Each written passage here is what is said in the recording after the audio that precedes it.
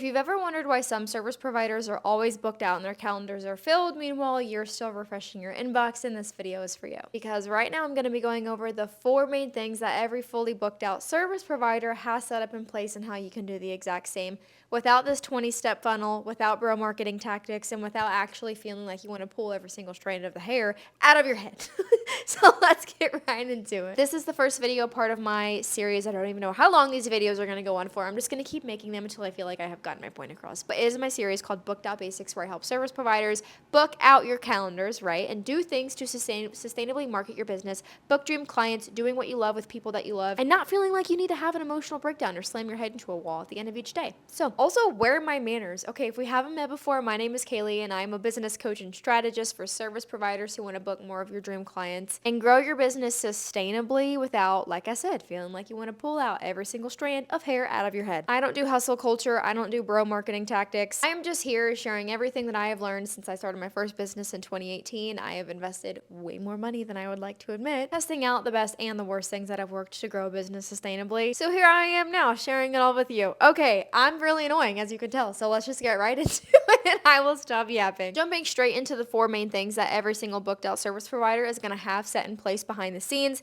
is number 1, to have a repeatable inquiry to booking process. And this is very simple, right? But it does require work to make sure that whenever you do have the leads coming through consistently, you know exactly what to do with them and when. And it's a simple, repeatable process and not you scrambling to gather up a bunch of different PDF files and emails and all these things to send to a bunch of different people. No, you have a simple system set in place. That way, all you're doing is just funneling people through this. It's simple for your brain to process. It's easy for you to do as the business owner in general. And it's also amazing for your bank account because the revenue just starts stacking up and you still have all of your sanity. So this does not require you to have to do something new.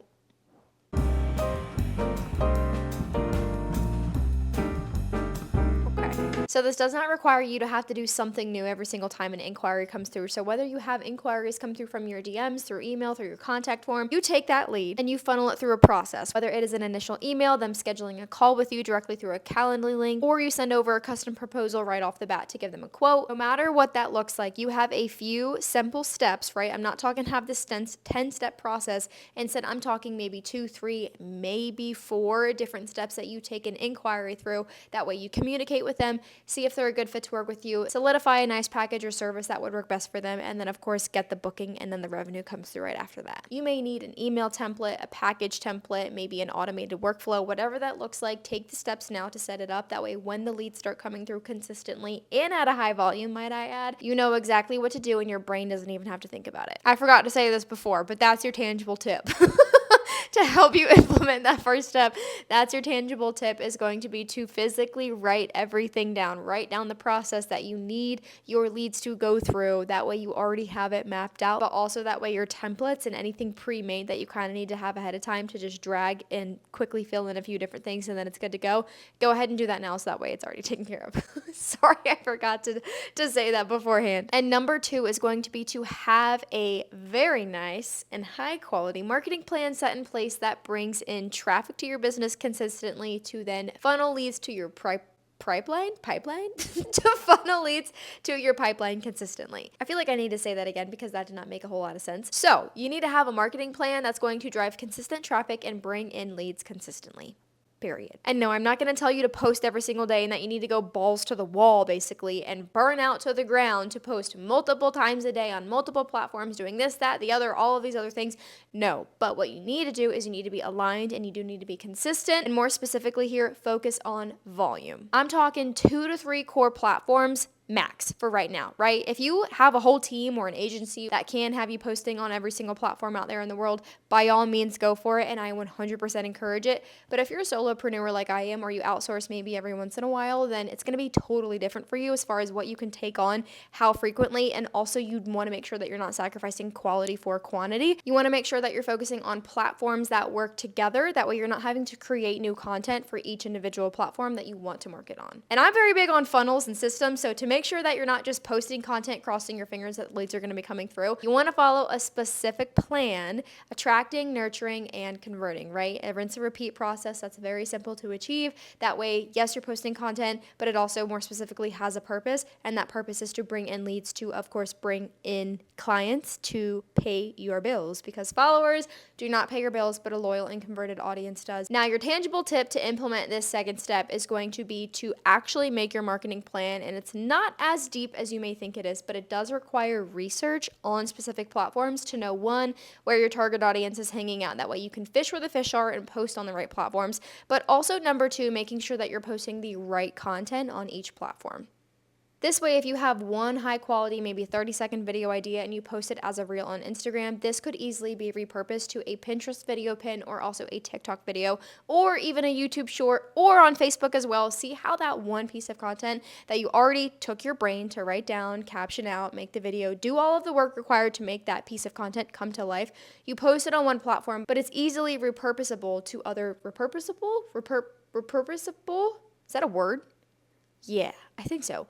Easily repurposable to other platforms, and there were 4 others that Pinterest, TikTok, YouTube. Yeah, there were 4 others that I just listed right off the bat besides Instagram that you could take that one video to and send it to other different platforms that are going to bring in traffic that funnel the right people to work with you. Number 3 is to set up a soft sales system that doesn't cringe you the frick out. Think things that are going to be assets for sales in your business, and no sales, I'm not talking about cold calling or door-to-door knocking or any of those cringy things that people literally run away from, right? No, instead I am talking, that's why, hence the word soft inside number 3, soft sales system. So think Instagram stories, selling to your email list every now and then, getting potential clients on discovery calls, ways that you can be in control of the conversation or the message being communicated with your target audience in a way that is 1, easy to digest, 2, doesn't feel salesy, but 3, actually makes your business money by getting a yes from people to sign a contract to work with you. And try to keep this in mind. Soft selling should be integrated into your content and not a concept that is totally separated from it. Yes, there are a couple different ways that you can make money from, right? Discovery calls are totally different than your content, but Instagram stories are a part of your content marketing strategy and should be used and integrated every single day. Yeah, hate me if you want. I really don't care, but you should be soft selling every single day. And actually, I want to challenge you for the next 30 days to show up once a day on your Instagram stories, maybe send an email for one of those days, maybe you make a TikTok posting about it. Do something that communicates to your audience, hey, this is what I do, this is who I help, and find ways to get creative with selling softly and naturally and organically every single day to take that pitch mindset away from it. I said pitch, not what you probably thought I said. To take that pitch mindset away from it, because sales should never be presentational. It should always be conversational. Okay? And that's how you actually see results, and not people being like deuces and then they're like that meme where that person's like slowly fading away. That's how whenever you go to sell, quote unquote, people are actually intrigued and want to learn more versus they deuce out, right? We don't want that. So I kind of already gave you your tangible tip for implementing step number 3, but it's going to be for the next 30 days. I want to challenge you, even though you're probably like, Kaylee, I literally don't have any time. I'm literally so busy. I'm a solopreneur. I have so much on my plate, no help, blah, blah, blah, blah. Guess what? You cannot complain about having a lot on your plate if your goal was to eat. So yeah, I'm going to go ahead and tell you, even though I know that I said the goal of this video is not to burn you to the ground, but I do want to challenge you, because if you're too comfortable, you're not growing. So for the next 30 days, yes, I want to challenge you to sell softly. No, this doesn't mean writing a freaking novel to your email list. It may just be like, hey, here's a client testimonial from a couple weeks ago that I really wanted to share with you, and then you have a 200-word email, okay? Simple. Your Instagram story, it could just be you shifting the perspective of your target audience. That's sales. It could be you taking a text screenshot of what a past client has said to you about how great they feel from working with you. Your goal should be to take the positive things that your clients have said in the past from working with you and just share it, okay? That's just 2 of literally the 15 different things that I can think of to help you sell, especially whenever it comes to on your Instagram stories. So don't forget to go go down below into the description. I do have a freebie, a little free PDF thing for you to make selling for the next 30 days 10 times easier. You can grab 15 different prompts down below. I think, 15 different Instagram story selling prompts down below, where I literally give you these ideas for free. All you have to do is plug and play and then customize it to your business with your services. But you literally have no excuse because that guide is waiting for you down below. Okay, now we're going to move into number 4, which is going to be to actually have a service that people want in their life, okay? Just showing up and saying, I'm a business owner, you should book me, is not enough, okay? You actually have to have something that people genuinely want, especially in this day and age. It is 2025 right now, more specifically June 2025 that I am recording this video. I can probably think of 1,000 different problems that the average American, that's where I'm based, but the average human in general has in their life nowadays, okay? You literally have no excuse to not show up and to just think of a service to offer people that's going to take their life from here to here because of your help. Okay, and what you may be thinking right now, I'm not trying to point my fingers at you in a rude way, but I talk a lot with my hands. But what you may be thinking right now is, okay, well, you know what? The economy's rough right now and people don't really have a lot of money to spend and blah, blah, blah. And you may be thinking of all of these different things, right? And I'll be honest, yes. Okay, yes, that is very much a thing. I am not one for being ignorant to the fact that it's very expensive for people to live right now, and a lot of people are living paycheck to paycheck. However, guess what they're still doing? They're still going to Starbucks and they're spending $11 on a latte that they don't freaking need. Okay, I see it every freaking day of my life. I see it every day of my life. I still see people go into Target with a list of 3 things on that bullet pointed list, and they walk out with a cart full of things, a tap on the card machine, and go oopsies as they spend $250 in Target. Okay, people are still making financial decisions like this in a hard to live in economy. I'm not saying everyone, I'm not saying me, I'm not saying you, I'm not saying your neighbor, I'm not saying your mama. What I'm saying is that there are still people out there doing it in a bunch of different tax brackets and income levels. So it's not necessarily a cost problem, it's a clarity problem, because whenever you actually communicate to your audience effectively why they need what you have, and I'm not talking once, I'm not talking twice, this is why step number 3 is really important. See, now my gears are grinding in my brain, now my neurons are firing, now my brain is really excited to talk about this. Okay, sorry we started off a little bit slow, now all of a sudden I'm coming at you like a firecracker, but I'm juiced up now about this. This is why step number 3 is so important to sell every day, because they say, the statistic says, on average, people need to hear something anywhere from 7 to 11 times, which is a lot, 7 to 11 times before they take action to make a purchase, and it doesn't matter how expensive that product or service is, right? However, if you're bringing your target audience to the same level of understanding as you, not talking about cost here specifically, but instead what we're doing is we're giving them clarity.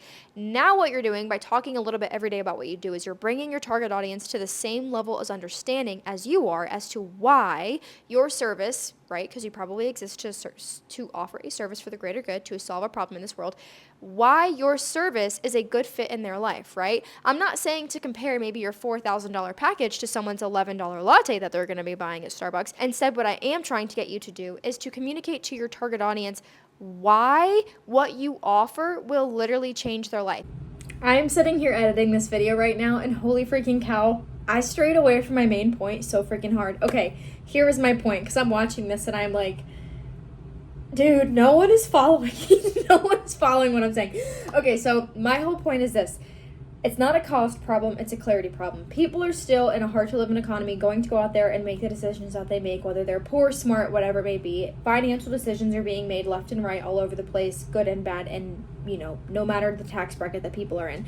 My whole point is that whenever you have a service that people genuinely want, it's not even just about needs anymore, it's about wants, because at the end of the day, a lot of times psychologically, like, our brains will override the need for the want. You know what I mean? Like, if you're in Target, I know I only need these 3 things, but look how cute that candle is, and look how cute this is, and oh my gosh, here's this, you know what I mean? And then that 3 bullet pointed list of things that you needed now turns into this whole entire $250 oopsie tap on the credit card. And that's literally what I was getting at, was that wants will sometimes override needs. So it's not necessarily just about having a product that you know people need, but it's about communicating in a way to make them want it and to understand, oh, this is genuinely good for me. So that is my main point. That is my main point. Have a service people genuinely want, but also tying in step number 3, selling a little bit every single day and knowing how to authentically and properly communicate to them that they need and want what you have is also going to be like the main make or break factor about whether or not you're booking clients. Okay, that's all. Back to the video. Okay. But my whole point is that you most likely are sitting there right now on a pot of freaking gold, but no one is buying and no one is booking because they don't know why they need to, okay? So, yes, like I said, number 4, I kind of pivoted a little bit because I felt like this was a little bit more important. So sorry about that. But yes, number 4 is to have a service that people genuinely want, but know how to effectively communicate to them why it is amazing. But also, how do you make sure that you have a service that people genuinely want? Right now, you are sitting on a whole notebook full of data if you actually open the pages and choose to take notes, right? And that is going to be from your past client experiences. So right now, your tangible tip is going to be to test the quality of the service that you're offering. I want you to reach out to the past 3 clients that you've worked with. Doesn't matter if they've had great or negative experiences. It doesn't matter how much they booked cost-wise to work with you. I want you to reach out to the past 3 or maybe even 5, right? If you want to do 10, that is amazing, okay? I want you to reach out to the past few clients that have worked with you, and I want you to just say, hey, do you have maybe a couple minutes to fill out this Google form? And I want you to create a Google form of all of the questions that you genuinely want to know about your services to know if it is good for them or not. I'm not saying send them a link to your Google page and have them leave you a review.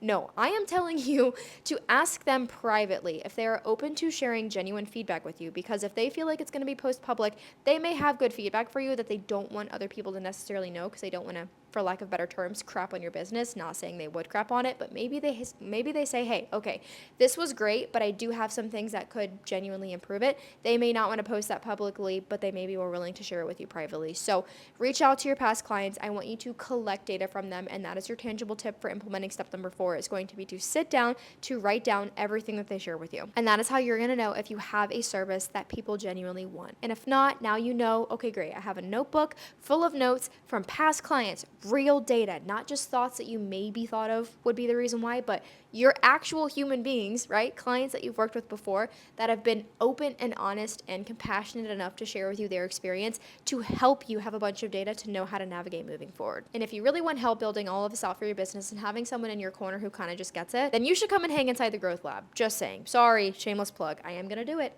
It is my cozy little corner on the internet for service providers who want to book more clients, grow sustainably, and also be surrounded by other people that they can have a community to just ask questions like, dude, is anyone else thinking this too? So that way you can enjoy the process again, but also feel fulfilled at the end of the day versus burnt out with your business. I personally cannot stand a shameless plug, but the reason why I'm doing it right now is because it's literally only $7 a month. It's called the Growth Lab. I do have an option that's $7 a month for the starter vault, but you don't get as many perks. So the better bang for your buck is the Growth Lab. So if that sounds a little bit more like your jam, then down below you'll see in the very first little link in the description, I'm going to put the landing page details website.